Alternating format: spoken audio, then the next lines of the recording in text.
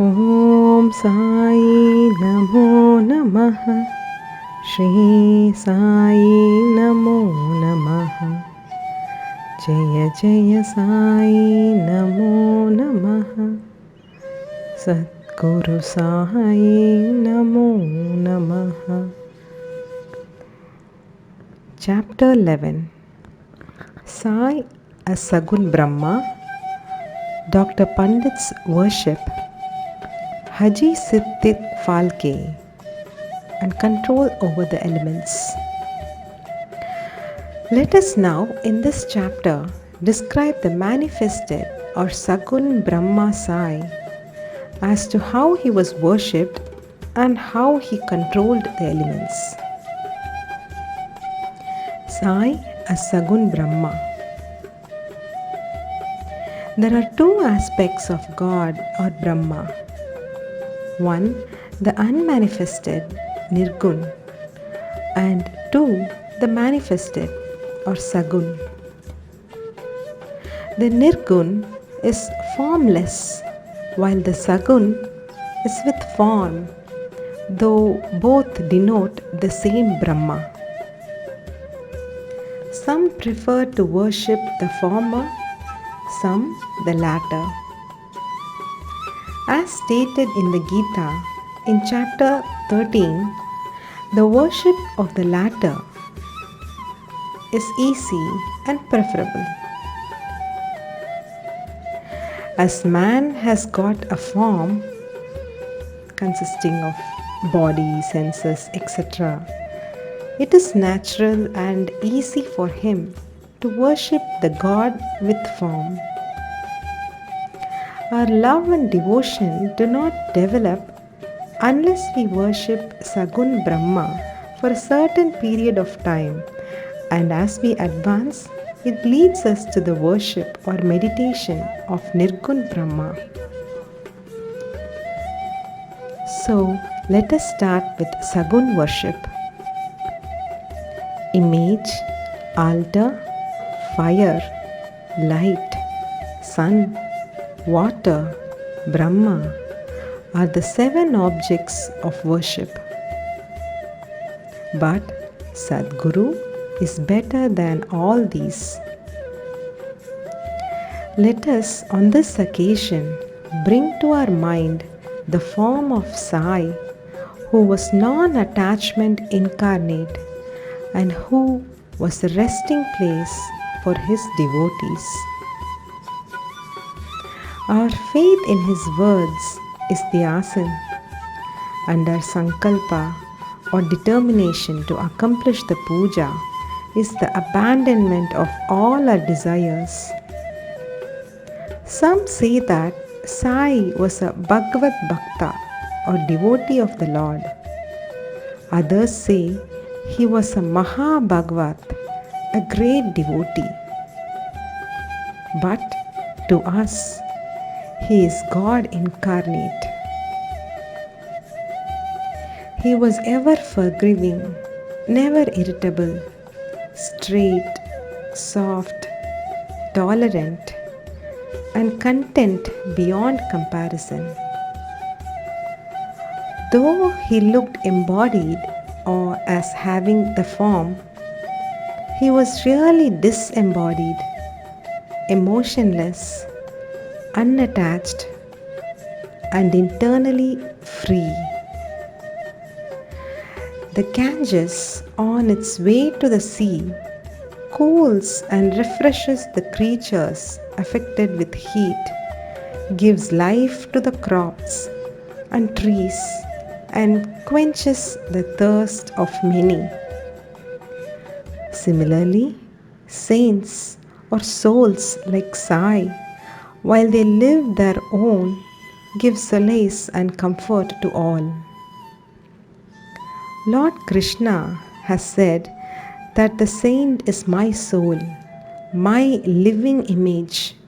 I am he, or he is my pure form or being. This indescribable Shakti or power of God, known as pure existence, knowledge, and bliss, incarnated in the form of Sai in Shirdi. The Shruti or Taittiriya Upanishad describes Brahma as pure bliss. This we read or hear daily in the books, but the devout people experienced this Brahma or bliss in Shirdi. Baba, the support of all, required no prop or asan from anybody. He always used a piece of sackcloth for his seat, which was covered with a small mattress by his bhaktas and had a bolster placed by them rest as his back. Baba respected the feelings of his devotees and allowed them to worship him as they liked. Some waved chamar or fans before him. Some played on musical instruments. Some washed his hands and feet. Some others applied scent and chandan. Some gave betel nut with leaves. And some others offered naivedya. Though he looked like living in Shirdi, he was present everywhere. This all-pervasiveness of his was daily experienced by his devotees. Our humble prostration to this all-pervasive Sadguru. Dr. Pandit's worship. One Dr. Pandit, a friend of Tatya Sahib Nulkar, once came to Shirdi for Baba's darshan. After saluting Baba, he sat in the masjid for some time. Baba asked him to go to Dadabad Kelkar. He went to Dadabad, by whom he was well received. Then Dadabad left his house for puja and Dr. Pandit accompanied him. Dadabad worshipped Baba. Nobody until then dared to apply sandal paste to Baba's forehead. Only Mahalsapati used to apply it to his neck. But this simple-hearted Dr. Pandit took Dadabad's dish containing puja materials and taking sandal paste out of it, drew a tripand, that is, 3 horizontal lines on Baba's forehead. To the surprise of all, Baba kept silent, not uttering a single word. Then Dadabhat that evening asked Baba, "How is it that though you object to the sandal paste being applied by others to your forehead, you allowed Dr. Pandit to do so?" Baba replied that Dr. Pandit believed him to be the same as his guru, Raghunath Maharaj of Dopeshwar, known as Kaka Puranik, and he applied the paste to his forehead as he was doing to his guru. Hence, he could not object. On inquiry, Dr. Pandit told Dadabad that he took Baba as his guru, Kaka Puranik, and realized him as the same, and hence he marked the tripand on the Baba's forehead as he did on his guru's. Though Baba allowed the devotee to worship him as they pleased, still sometimes he acted in a strange way. Sometimes he threw away the puja dish and was wrath incarnate. Then who could approach him? Sometimes he scolded the devotees. At times he looked softer than wax, a statue of peace and forgiveness. Though he seemed to shake with anger and his red eyes rolled around, still he was internally an ocean of affection and motherly love. He would call out his devotees and say that he never knew when he was ever angry with them. If it was possible that mothers could kick their children and the sea turn back the river, he too could neglect the devotees' welfare. That he, the slave of his devotees, always stood by them and responded to them whenever they called upon him, and that he always longed for their love. Haji Siddiq Falke. There was no knowing as to when Baba would accept a devotee. That depended on his will. Siddiq Falke's story is to the point. One Mohammedan gentleman by name Siddiq Falke of Kalyan, after making pilgrimage to Mecca and Medina, came to Shirdi. He lived in the Chavadi facing north and sat in the open courtyard of the masjid. For 9 months, Baba ignored him and did not allow him to step into the masjid. Falke felt disconsolate, and did not know what to do. Somebody advised him not to be disappointed, but to try to approach Baba through Shama or Madhav Rao Deshpande, a close and intimate devotee of Baba. He told him that as they approached the Lord Shiva through his servant and devotee Nandi, so should Baba be approached through Shama. Falke liked the idea and implored Shama to intercede for him. Shama agreed, and on a convenient occasion spoke to Baba about him thus: Baba, why don't you allow the old Haji to step into the masjid while so many persons freely come and go after taking your darshan? Why not bless him once? Baba replied, Shama, you are immature to understand things. If the fakir or Allah does not allow, what can I do? Without His grace, who will climb into the masjid? Well, go to him and ask him whether he will come to the narrow footpath near the Barvi well. Shama went and returned with an affirmative answer.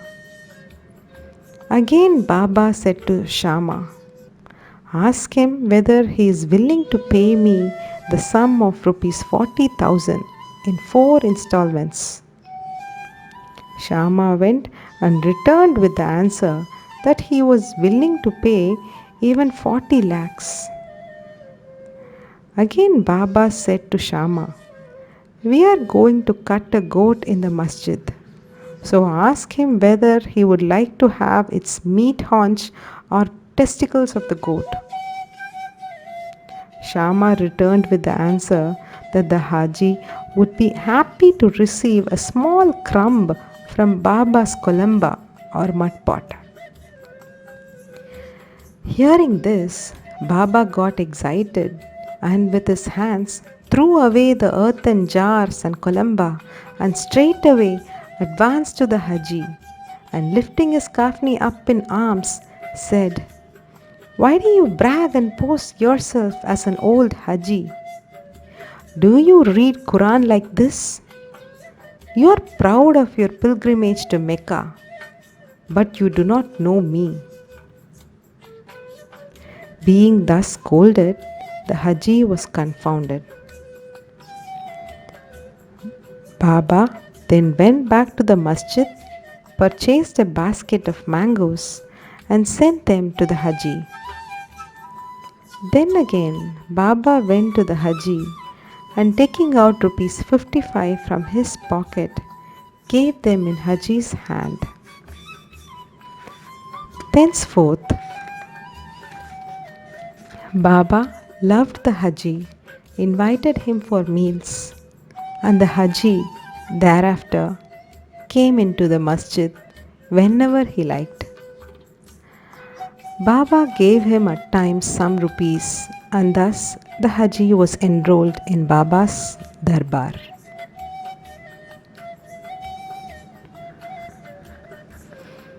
Baba's control over the elements.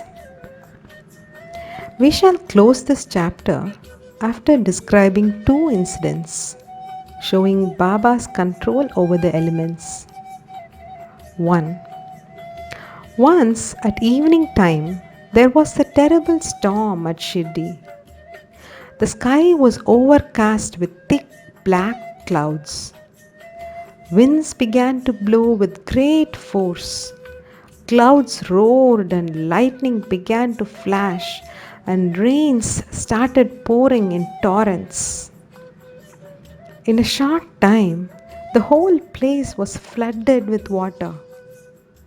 All creatures, birds, beasts, and men got terribly frightened, and they all flocked to the masjid for shelter. There are many local deities in Shirdi, but none of them came to their rescue. So they all prayed to Baba, their God, who was fond of their devotion, to intercede and quell the storm.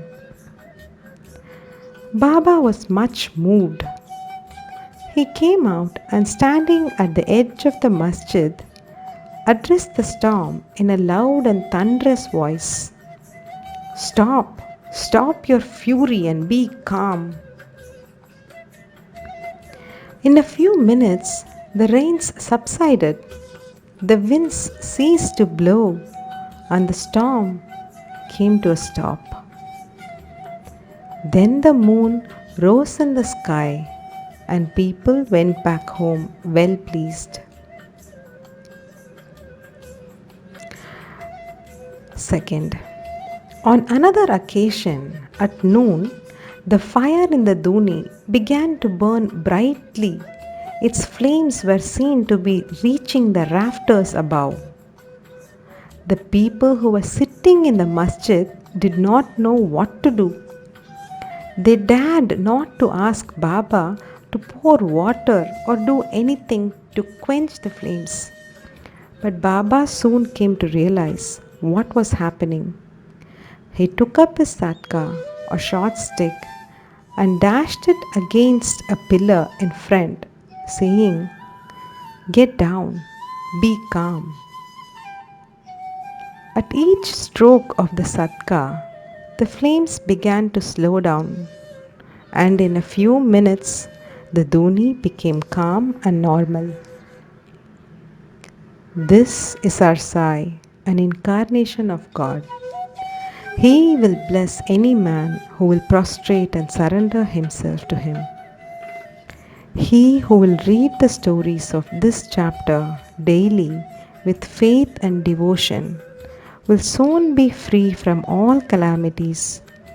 Not only this, but always attached and devoted to Sai. He will get very soon God vision. All his desires will be fulfilled, and being ultimately desireless, he will attain the Supreme. Amen. Bow to Shri Sai. Peace be to all.